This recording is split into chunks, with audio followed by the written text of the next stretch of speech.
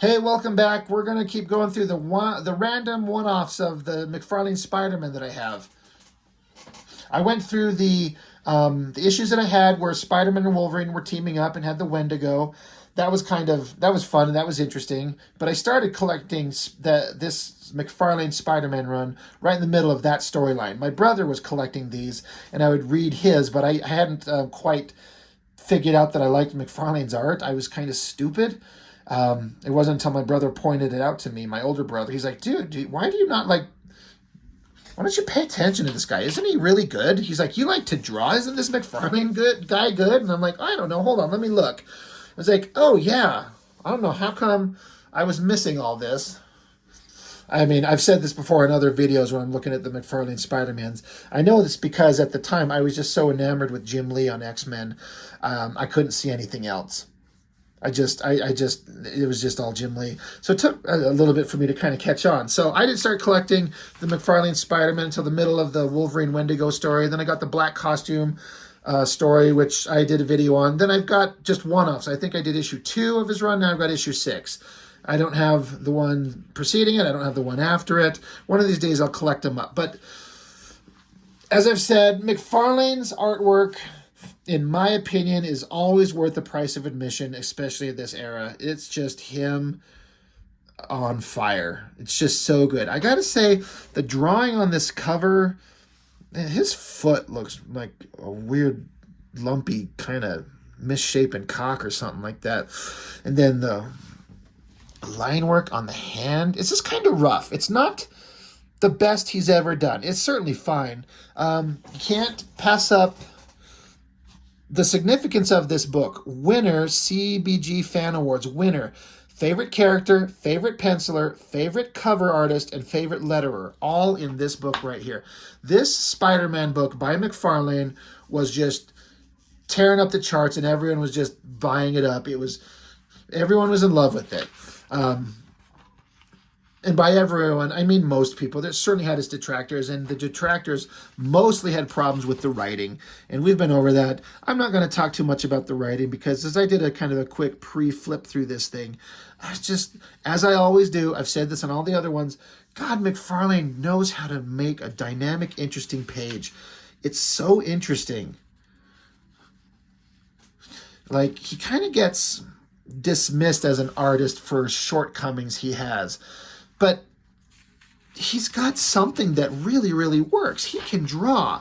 When you can draw a big dynamic thing like this, I mean, this is like, I've said this before about some of these like horror themes in a Spider-Man comic. This is just pre-Spawn stuff. I mean, it literally is pre-Spawn stuff. But also like, look, torn costumes, flames, pointy fingers, monster faces, people suffering in the background. This is just, this is just Spawn. Dude, you could see kind of where he was going. I think it was the previous issue. Am I right? Where McFarlane did the coloring, or maybe it was the one before. I can't remember. But anyway, there was one where McFarlane did the coloring as well, and I don't have it, but that was pretty wild. But the coloring on this, Gregory Wright on colors,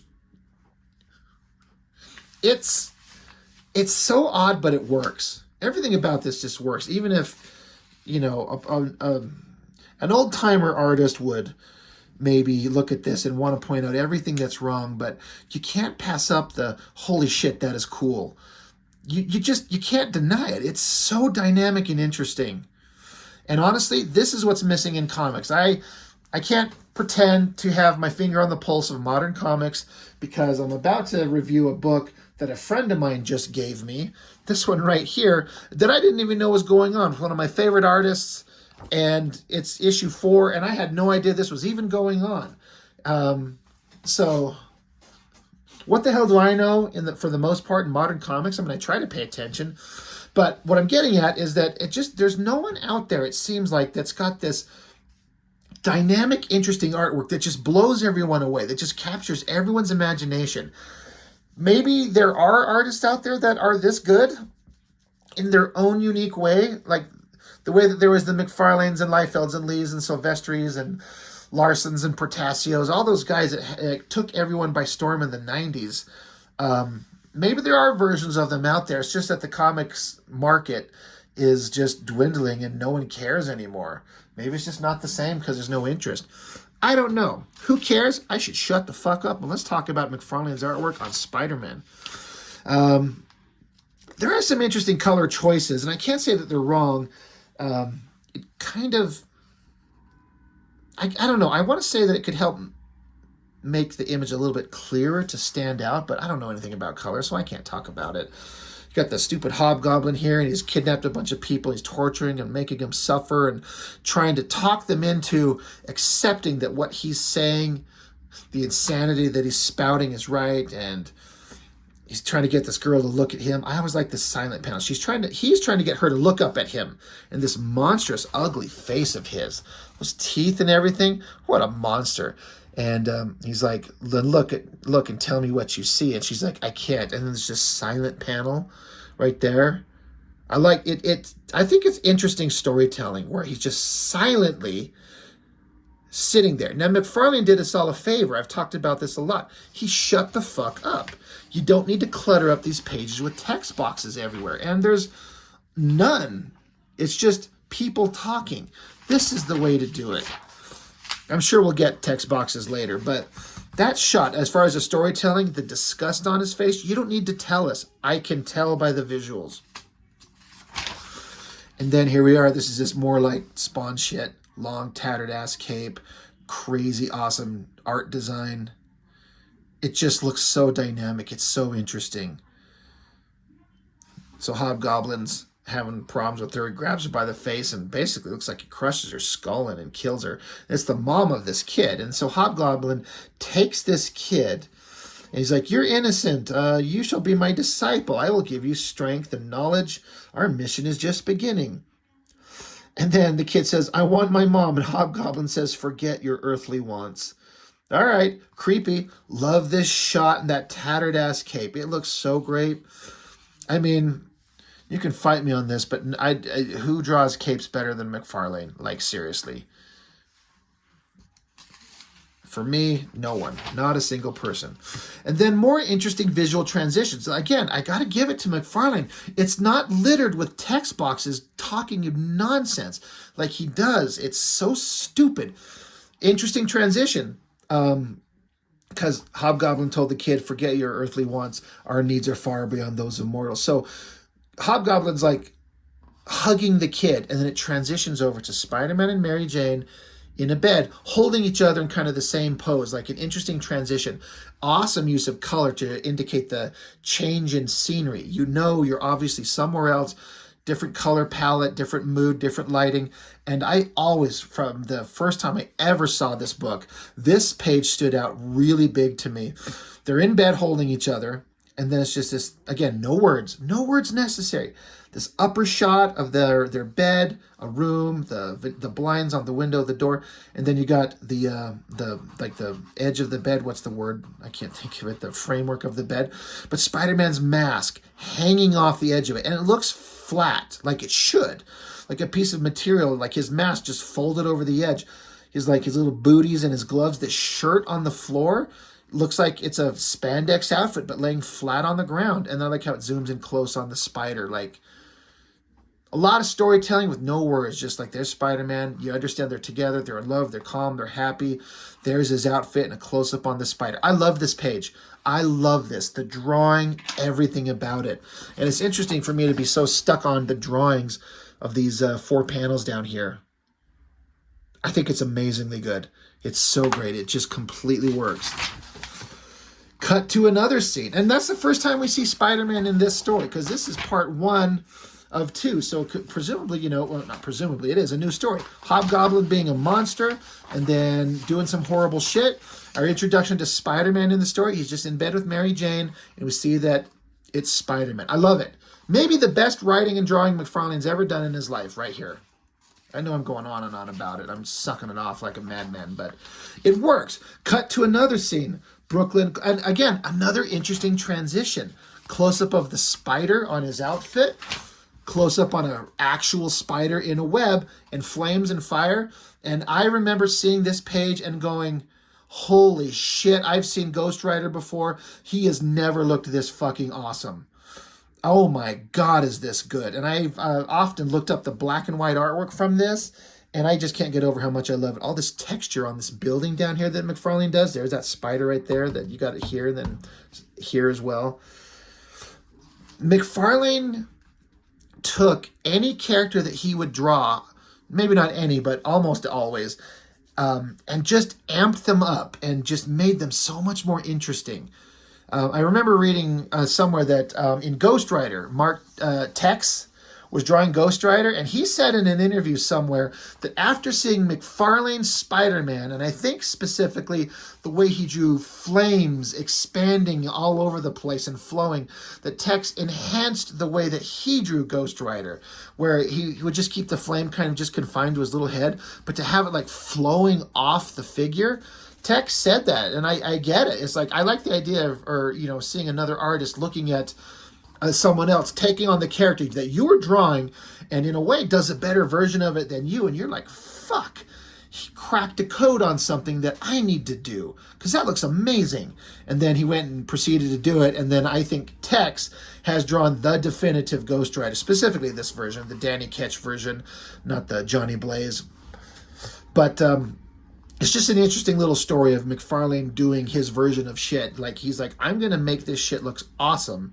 It's going to be amazing because I'm going to make the kids love this stuff. And he does. Ghost Rider's holding some bad guy, telling, because, like, I guess this guy is dealing in vile pornographic movies of children. And so Ghost Rider's going to punish him. Good, great, please do. That's the thing that McFarlane seems to revisit, too. I always thought that this little silhouette of Ghost Rider on top of that building with just the flaming wheels in his head, that looks so great. Like, you know exactly what you're looking at immediately. So another awesome close-up of Ghost Rider's face. This is where I'd started to notice, as I eventually started looking at his artwork, all this like weird McFarlane noodling drawing on the inking stage. And I just couldn't understand how anyone gets lines like this. I didn't understand what tools you would use. I get these stupid Bic pens and stuff like that. And then eventually I understood that you get these dip pens that you would dip in a bottle of ink. And for some reason, my parents had some ink that was probably decades old, but somehow still liquid. I don't know how that worked. A thick goop, and then some big, thick, like calligraphy pens, not meant for drawing. But I tried to do some inking with them.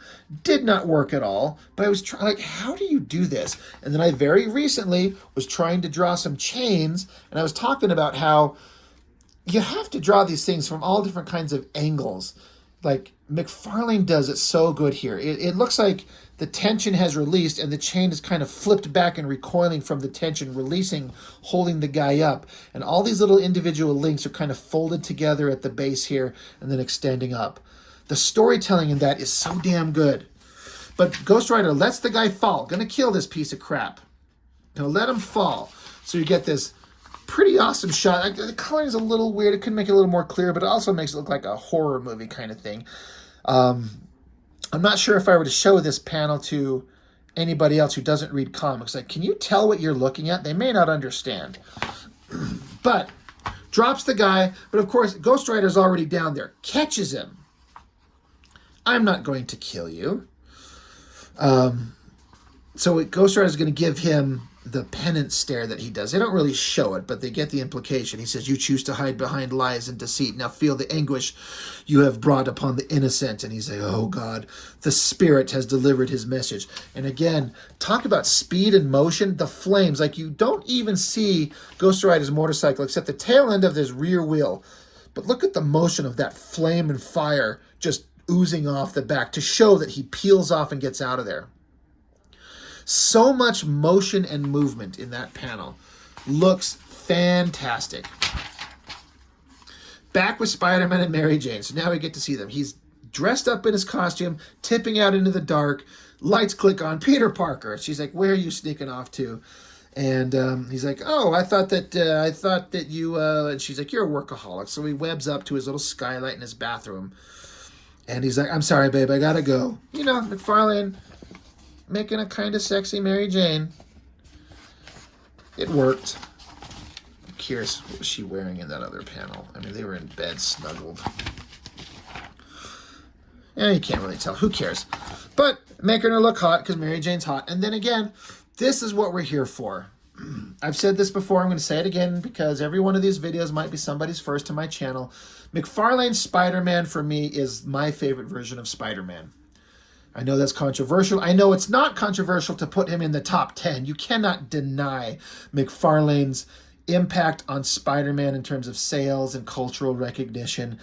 And how can you pass up on, there's Eric Larson's, there's Mark Bagley, there's John Romita, there's Ditko, there's everyone who's had their hand on Spider-Man. And I've always liked Spider-Man, but McFarlane's version, it's the one that I think of when I'm like, what if somebody says, when you think of Spider-Man, what's your favorite version? It's that right there. It's so dynamic and interesting. You could be like, it doesn't make sense. Why would he have his fist bent? Why are there so many webs everywhere? You know what? Because it looks amazing. He's the amazing Spider-Man. He's not the boring Spider-Man. So, great drawing. Can you imagine what he could sell that page for if he hasn't? Thousands of dollars. 5 figures? 6, maybe? I like how he even says some shit in here. He's like, that Mary Jane, what a sport. Someday I'm going to have to divorce her just so I can marry her all over again. But time to get down to some some serious superheroing. If I don't get caught in this webbing first, why do I shoot so much of it off anyway? It's like McFarlane's even acknowledging it. He's like, I don't know why Spider-Man does it. He just does. Because he's got to have webs everywhere. It's Spider-Man. It's awesome. Back with the Hobgoblin. He's taking the kid. He got all these people that he's kidnapped and been torturing, gets on his little glider or whatever the fuck it is, flies off, a pumpkin bomb dropped into the place, blows it up. Pretty good explosion. McFarlane can do explosions and debris and movement really well. So, Goblin just murdered a bunch of people. Man, I put some big-time ads in the middle of this book. Then a little bit later, cops and firemen are on the scene. What's the body count? 12, sir. Another 15 are still alive, but all are disfigured badly. So, bad shit going on. I mean, hell, this could be Sam and Twitch right here. Flicking a cigarette away.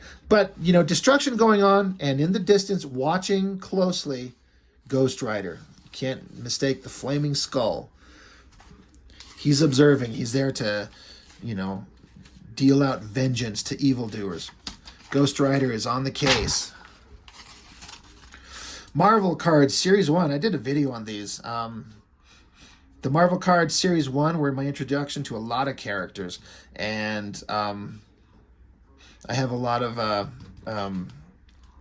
what's the word? Like, I think back on this, nostalgia. Like, I love these things. They're so cool. They were so fun at the time, just being a young guy collecting all these cards and seeing all these characters that have all these long histories I don't know anything about, but this gives you a little hint of it. Anyway. McFarlane couldn't help but do this bullshit news reporter thing, right? It just goes on in Spawn. It usually has the 3 panels, but in this one it's got 4. It's kind of the same guy. It's a skinny guy, a girl, and then the fat loser guy. There's kind of 2 of them. He uses this as a excuse to have like an exposition dump. And, I'm not reading it. What I'm staring at is this great shot of Spider-Man. The great angle, like it's tilted. It's on an angle. This whatever pipe pole thing he's standing on, the buildings in the background. Again, I've done this before. Like you can kind of track down the anchor point, which is down here somewhere, maybe just the corner of the page.